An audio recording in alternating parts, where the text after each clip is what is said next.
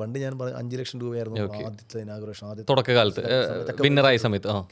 അപ്പോൾ 3 ലക്ഷത്തിന് വന്ന ഇനാഗുറേഷൻ ഒന്നും എല്ലാം ആൾക്കാർ വിചാരിച്ചു പുള്ളി 5 വാങ്ങുന്നത്. ഓക്കെ. ഈ 3 പ്ലാൻ ചെയ്തിരിക്കുന്നവർ വിളിക്കാതെയോ? നമ്മളെ വിളിക്കാതാവും. എന്റെ കുഴി ജാത്ര അതുകൊണ്ട് അല്ല, ഞാൻ എന്നാലും നമ്മളൊരു പ്രൊഫൈൽ ഒരുപാടങ്ങ് താഴെ പോകത്തില്ല. പക്ഷെ ചില സ്നേഹബന്ധങ്ങളോ അടുപ്പങ്ങളോ ഒക്കെ വെച്ചിട്ട് ഒരു പരിപാടിക്കും ഞാൻ പൈസ മേടിക്കാതെ പോയിട്ടില്ല. ഞാൻ ഒരിടത്തും വലിഞ്ഞു കയറി ചെല്ലുന്ന ഒരാളുമല്ല, അങ്ങനെ പോകാറുമില്ല. സൗഹൃദത്തിന്റെ പേരിലും പോകത്തില്ല. എൻ്റെ കൂടെ പഠിച്ചൊരു കൂട്ടുകാരൻ അവൻ്റെ ഒരു ഇനാഗുറേഷൻ എന്നെ വിളിച്ചിട്ട് അവനോട് വല്ലവ് പറഞ്ഞു, അളിയാ നമ്മൾ ഒരുമിച്ച് പഠിച്ചല്ലേ, അളിയൻ വന്നു ഇതെന്താണ് ഇതോടെ വലിയ പൈസക്ക് നീ വെളി മേടിക്ക്, ഇതൊക്കെ അഡ്ജസ്റ്റ് ചെയ്യടേ എന്ന് പറഞ്ഞു. സത്യത്തിൽ അഡ്ജസ്റ്റ് ചെയ്ത് ഞാൻ പോയേനെ. പക്ഷേ കൂടെ പഠിച്ച കൂട്ടുകാരനല്ലേ അഡ്ജസ്റ്റ് ചെയ്യണമെന്ന് പറഞ്ഞപ്പോൾ ഞാൻ അവനോട് ചോദ്യം ചോദിച്ചു. കടുക്കനിട്ട പാലം കളിച്ചു. അല്ല, അങ്ങനെ ചോദിച്ചപ്പോൾ ഞാൻ പറഞ്ഞു, എടാ 2004 നമ്മൾ കഴിഞ്ഞതിന് ശേഷം കഴിഞ്ഞ ഒരു 16 വർഷമായിട്ട് ഞാൻ എങ്ങനെ ജീവിച്ചതെന്ന് എപ്പോഴെങ്കിലും അന്വേഷിച്ചിട്ടുണ്ടോ?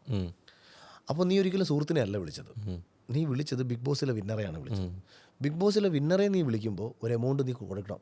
കാര്യം ബിഗ് ബോസിൻ്റെ വിന്നർക്ക് കേരളത്തിലൊരു മാർക്കറ്റ് വാല്യൂ, അത് നീ തരണം. കൂട്ടുകാരനെയാണ് വിളിച്ചതെങ്കിൽ ഞാൻ നേരത്തെ പടം ഡയറക്റ്റും ചെയ്തിട്ടുണ്ട്, ഞാനിവിടെ ഉണ്ടായിരുന്നു, നാളെ ഇതുവരെ എന്നെക്കുറിച്ച് അന്വേഷിച്ചിട്ടില്ല, എൻ്റെ ജീവിതം എന്താണെന്ന് തിരക്കിയിട്ട് പോലും.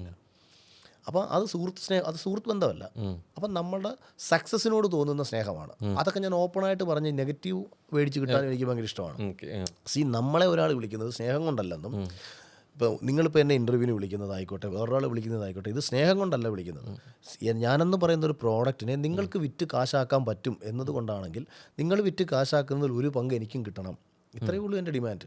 എന്നെ ഇന്നലെ വേറൊരു ഇൻ്റർവ്യൂവുമായി ബന്ധപ്പെട്ട് വിളിച്ചു അപ്പോൾ ഞാൻ അവനോട് പറഞ്ഞു, എടാ നീ എന്തിനാണ് ഇത് പൈസ തന്നെ ഈ ഇൻ്റർവ്യൂവിന് ഇങ്ങനെ വിളിക്കുന്നത്, നീ ഇത് പ്രയോജനപ്പെടുത്തുന്നില്ലല്ലോ. അല്ല ചേട്ടാ, അത് ഞാൻ ഭാവിയിൽ പ്രയോജനപ്പെടുത്തിക്കോളാം, അത് ചേട്ടൻ വന്നാൽ മതി. ഞാൻ പറഞ്ഞാൽ എനിക്ക് ഈ പേയ്മെൻറ്റ് ഉണ്ടെങ്കിലേ ഞാൻ വരൂ. അല്ല ചേട്ടൻ വന്നോ, ഞാൻ പേയ്മെൻറ്റ് തരാൻ റെഡിയാണ്, സെറ്റാണ്. കാര്യം ലാസ്റ്റ് ഒരു ഇൻ്റർവ്യൂ കൊടുത്തപ്പം ഒരു മോശം ആങ്കറെ വെച്ച് ആ ഇൻ്റർവ്യൂ നശിപ്പിച്ച് കളഞ്ഞു. ഞാൻ അവനോട് പറഞ്ഞു, അവൻ തന്നെ വീണ്ടും വിളിച്ചു. അപ്പോൾ ഞാൻ ഇങ്ങനെ പറഞ്ഞു, അപ്പോൾ എനിക്ക് അവൻ നശിക്കണമെന്നില്ല. എന്നെ ഒരു ഇനാഗുറേഷൻ വിളിച്ചാലും ഞാൻ പറയുന്നത് പൈസ കിട്ടുന്നുണ്ടെങ്കിലും പൈസ മാത്രമല്ല ഞാൻ ഫോക്കസ് ചെയ്യുന്നതല്ല. അത് നമ്മൾ പൈസ കിട്ടുന്നതെന്ന് വെച്ചാൽ നമുക്ക് 2 കാര്യമുണ്ട്. നമുക്കൊരു വിലയുണ്ടെന്നെടുത്തു. പൈസ കൊടുത്തല്ലാതെ എന്താ വില? പൈസയാണല്ലോ വില. അല്ലാതെ എന്തോ നമ്മളൊരു സാധനം, ഒരു ചെരുപ്പ് മേടിച്ചു അല്ലെങ്കിൽ ഒരു സാധനം മേടിച്ചു, എല്ലാം പൈസയിലല്ലേ വില ഇടുന്നത്. ഏറ്റവും ബ്രാൻഡ് വാല്യൂ ഇപ്പം റോളക്സിൻ്റെ വാച്ച് 1 കോടിയുടെ വാച്ചിനാണ് ഏറ്റവും വലിയ വില. 50 ലക്ഷത്തിന് അത്രയും വിലയില്ല. സംഭവം 2 റോളക്സ് ആയിരിക്കും. അല്ലെ 15 ലക്ഷത്തിന് റോളക്സ് ഉണ്ടെങ്കിൽ അതിനെ നമ്മൾ കുറച്ചേ കാണത്തുള്ളൂ. അപ്പോൾ ആ മൂല്യം എന്ന് പറയുന്നത് പൈസയിലാണ് അളക്കുന്നത്. അതുകൊണ്ട് തന്നെ നമ്മളെ ഒരു ആൾ വിളിച്ച് പൈസ തന്ന് വിളിക്കുമ്പോൾ നമുക്ക് തോന്നും നമ്മൾ റെസ്പെക്റ്റഡ് ആവുന്നു, അവരുടെ മുന്നിൽ നമുക്ക് അഭിമാനത്തോടെ പോകാൻ പറ്റും.